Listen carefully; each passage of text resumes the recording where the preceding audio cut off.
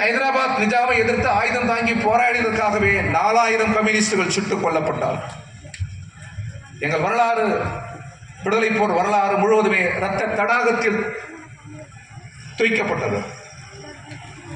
எனவே எங்களை 10ஓடு 1 11ஆக எளிதில் கடக்க நினைக்கிறார்கள் சிலர்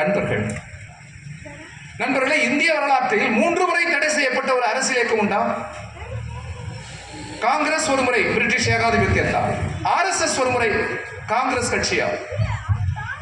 ஆனால் இந்திய வரலாற்றிலேயே 3 முறை தடை செய்யப்பட்டு இன்று வரை உயிர் வாழ்கிற ஒரே கட்சி இந்திய கம்யூனிஸ்ட் கட்சி என்பதை எங்களால் மேடை போட்டு சொல்ல முடியும். அது தற்பெருமை அல்ல, அரசியல் பதிவுக்காக நான் சொல்லுகிறேன். இந்திய வரலாற்றில் எங்களை போல் சதி வழக்குகளை சந்தித்தவர்கள் உண்டா? கான்பூர் சதி வழக்கு, பெசாவர் சதி வழக்கு, மீரட் சதி வழக்கு, சென்னை சதி வழக்கு, நெல்லை சதி வழக்கு.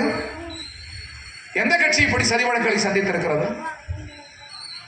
இந்திய கம்யூனிஸ்ட் கட்சி சந்தித்திருக்கிறது. இந்திய வரலாற்றில் நிலப்பிரபுக்களின் லட்சக்கணக்கான நிலங்களை கையகப்படுத்தி நிலமற்ற ஏழைகளுக்கு, நிலமில்லாத ஏழைகளுக்கு தருகிற அந்த அரசியல் பணியை துவக்கி வைத்ததே இந்திய கம்யூனிஸ்ட் கட்சி தான் வரலாற்றில். உலக வரலாற்றில் கம்யூனிஸ்ட் இயக்கம் ஆயுதம் தாங்கி அதிகாரத்தை கைப்பற்றியிருக்கிறது. ரஷ்யாவில், சீனாவில், வியட்நாமில், கியூபாவில். ஆனால் உலக வரலாற்றிலேயே ஆயுதம் தாங்காமல் மக்கள் வாக்களிக்கிற முறையில் முதலில் இந்தியாவில் வெற்றி பெற்றது இந்திய கம்யூனிஸ்ட் கட்சி. கேரளாவில் தொடர் EMS அவர்கள் முதல்வர்.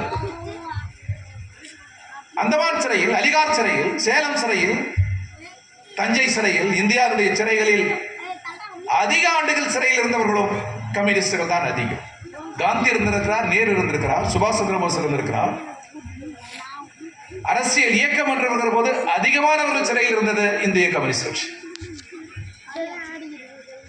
அதெல்லாம் பழம்பெருமை.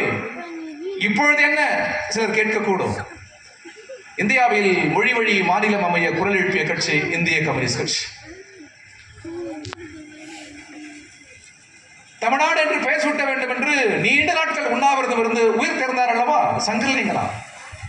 அவர் தான் இறக்கிற கடைசி தருவாயில் எழுதிய கடிதம், நான் இறந்து விடுவேன். அவர் காங்கிரஸ். நான் இறந்து விடுவேன், நான் இறந்தவுடன் எனது நல்லுடலை கம்யூனிஸ்ட் தலைவர் தோழர் KTK தங்கமணியிடம் ஒப்படைக்க வேண்டும் என்று உயில் எழுதியவர் தோழர் சங்கரலிங்கனா. இந்தியாவில் மொழிவழி தேசியங்கள் மாநிலங்களாக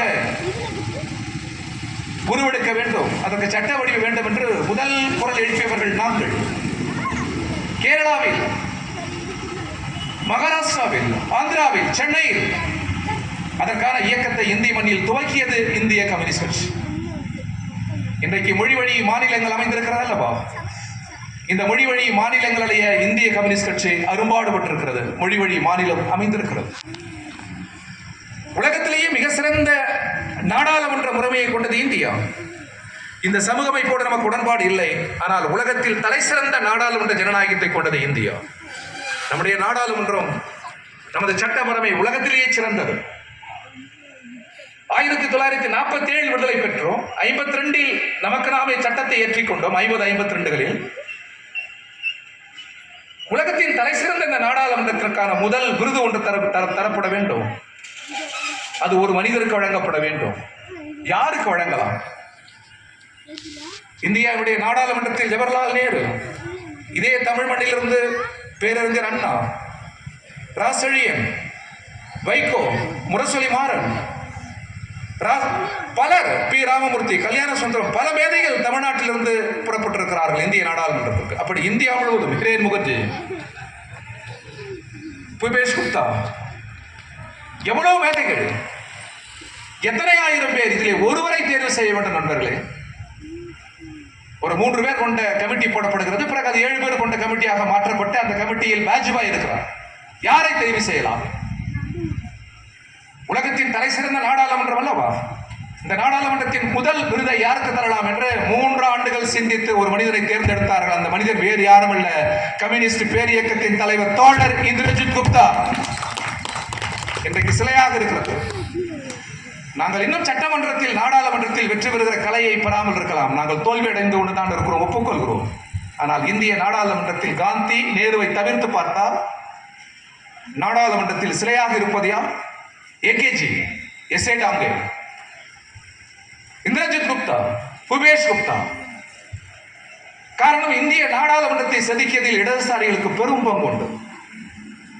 நாடாளுமன்றத்தில் எங்கள் எண்ணிக்கை குறைந்த பொழுது, சட்டமன்றத்தில் எங்கள் எண்ணிக்கை குறைந்த போது 2 பெரிய மனிதர்கள், ஒன்று தமிழ்நாட்டை சேர்ந்தவர், ஒருவர் இந்தியாவுடைய நோபல் பரிசை பெற்ற அமர்தியா சென்.